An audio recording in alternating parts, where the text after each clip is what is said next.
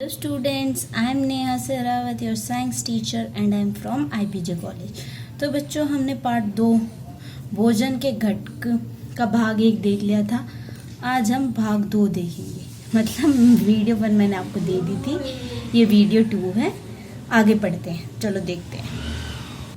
तो बच्चों, हमने पहली वीडियो में देखा था कि पोषक में क्या क्या आता है।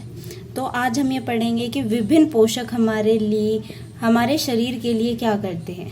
ठीक है, हमने पहले पढ़ा था कि पोषकों को कैसे जांच कर सकते हैं, मतलब विटामिन, कार्बोहाइड्रेट, वसा, इन सबको हम लोग कैसे जांच करेंगे कि कौन से खाद्य पदार्थ में ये सब चीज़ पाई जाती है।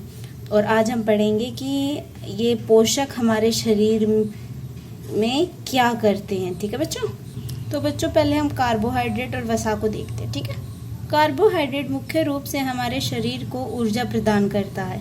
तो बेटो, जो कार्बोहाइड्रेट होता है ना, वो हमारे शरीर को ऊर्जा कहने का मतलब होता है शक्ति प्रदान करता है। ठीक है बच्चों, अब देखो, वसा से भी ऊर्जा मिलती है। तो जो वसा होता है उससे भी हमें क्या मिलती है? ऊर्जा, मतलब शक्ति मिलती है। वास्तविकता यह है कि कार्बोहाइड्रेट की तुलना में वसा की समान मात्रा से हमें अधिक ऊर्जा प्राप्त होती है। तो बच्चों, जो कार्बोहाइड्रेट है उससे ज़्यादा हमें वसा से ऊर्जा प्राप्त होती है। तब कार्बोहाइड्रेट के स्रोत देखते हैं। मक्का, गेहूं, शकरकंदी, चावल, तरबूज, आलू और वसा के भी यही स्रोत होते हैं बच्चों। ठीक है, अब हम देखते हैं प्रोटीन। ओके, प्रोटीन की आवश्यकता शरीर की वृद्धि तथा स्वस्थ रहने के लिए होती है। तो प्रोटीन की आवश्यकता हमारे शरीर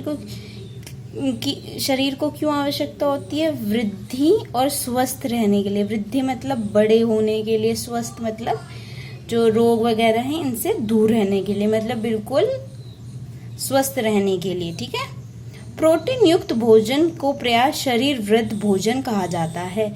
जो प्रोटीन युक्त भोजन होता है बच्चों, मतलब जिसमें प्रोटीन पाया जाता है, उस भोजन को हम शरीर वर्धक भोजन भी कहते हैं।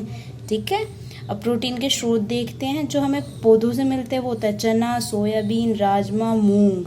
और जो हमें जंतु स्रोत होते हैं वो होते हैं अंडे, पनीर, मछली, दूध इत्यादि। ठीक है बच्चों, अब विटामिन का देखते हैं। विटामिन रोगों से हमारे शरीर की रक्षा करता है। तो जो रोग होते हैं बच्चों, जैसे जो बीमारियां होती है, विटामिन हमें उन चीज़ों से रक्षा करता है। विटामिन हमारी आँख, दांत, मसूड़ों को स्वस्थ रखने में भी सहायता करता है। तो जो विटामिन जो होता है वो हमारी आँखों को, दांतों को, मसूड़ों को स्वस्थ रखने में हमारी सहायता करता है। बेटा, विटामिन ना कई प्रकार के होते हैं जिन्हें हम अलग अलग नामों से जानते हैं। ठीक है, चलो देखते हैं कौन कौन से विटामिन होते हैं। तो बेटा देखो, विटामिन ए स्रोत क्या कौन से होते हैं? आम, गाजर, पपीता इत्यादि। ठीक है, vitamin B, vitamin C, vitamin D, vitamin E, vitamin K, और भी बहुत सारे विटामिन होते हैं, मैंने आपको कुछ ही बताए। ठीक है, विटामिन बी में कौन कौन से स्रोत आते हैं बेटा? गेहूं, चावल इत्यादि। विटामिन सी में अमरूद, टमाटर, संतरा इत्यादि।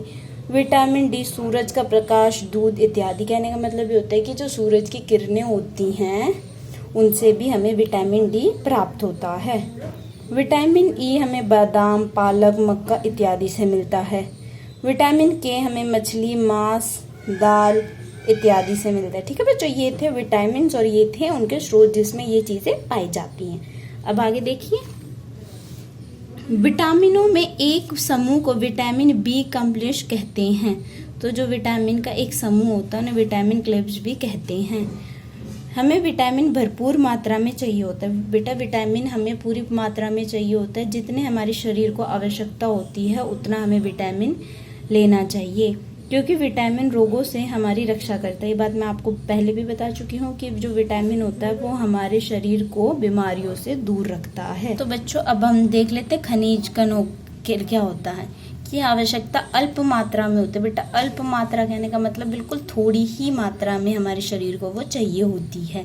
शरीर के उचित विकास तथा अच्छे स्वास्थ्य के लिए प्रत्येक खनिज लवण आवश्यक है। मतलब शरीर के विकास, शरीर को बड़ा करने के लिए, उसको स्वस्थ रखने के लिए हमें प्रत्येक खनिज लवण की आवश्यकता है। खनिज लवण 4 तरह के होते हैं बच्चों, वो अभी मैं आपको बताऊंगी।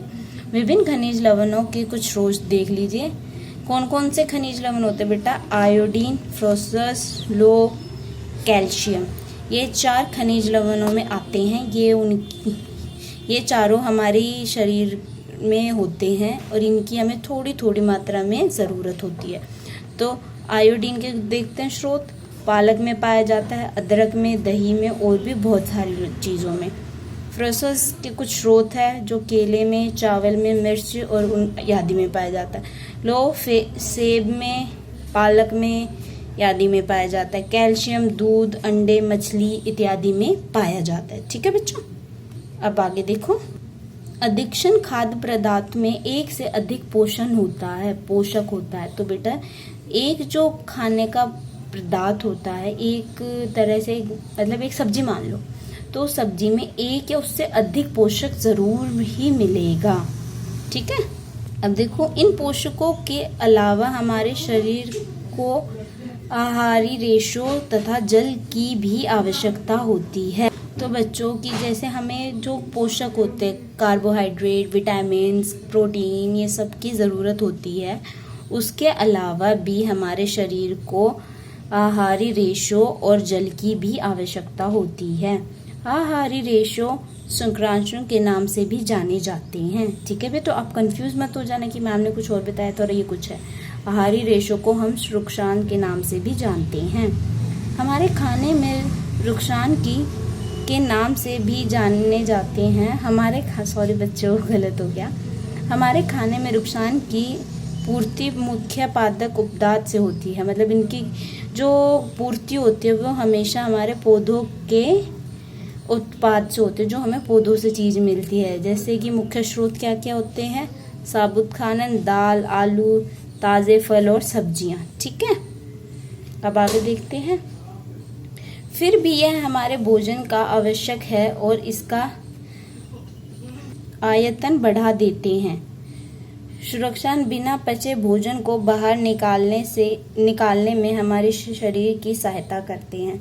तो बच्चों आप ये सोच रहे होंगे कि जो हमें सारे पोषक मिल जाते हैं, उसके अलावा हमें आहारी रेशों और जल की आवश्यकता क्यों होती है? तो बच्चों जो शुक्राणु होते हैं, जो सुबह हम लोग फ्रेश होते तो उस बचे हुए भोजन को बाहर निकालने में हेल्प करता है, बिना पचे हुए भोजन को। ठीक है, अब हम खाना खाते, सारा खाना हमारा पचता नहीं है, जो थोड़ा बहुत खाना बचता है वो उसको हमारे शरीर से बाहर निकालने में सहायता करता है। ठीक है, अब आगे। जल भोजन में उपस्थित पोषकों की अवशोषित करने में हमारे शरीर की सहायता करता है। हमारे शरीर को जितने भी जल की आवश्यकता होती है वह हमें उन वस्तुओं से प्राप्त होता है, जैसे जल, दूध आदि। तो बच्चों जिस तरह से हमें और पोषकों की ज़रूरत होती है, उसी तरीके से हमें जल अपने भोजन में उपस्थित पोषकों को अवशोषित, मतलब उसमें जो भी जैसे कि जो खाना हमने खाया है उसको पचाने में हमारी सहायता करता है। और जैसे कि काफ़ी लोग ये कहते हैं कि मैं पानी कम पीता हूँ तो मेरे शरीर में पानी की पूर्ति कैसे होगी? तो बेटा जैसे हम दूध पीते हैं, चाय पीते हैं, या जो हम सब्जी में पानी डालते हैं, उस चीज़ से हमारा शरीर उस चीज़ की पूर्ति कर लेता है। तो बच्चों ये वीडियो यहीं ख़त्म करती हूँ। आशा करती हूँ कि आपको ये समझ में आई होगी और अपना ध्यान रखिए। Thank you.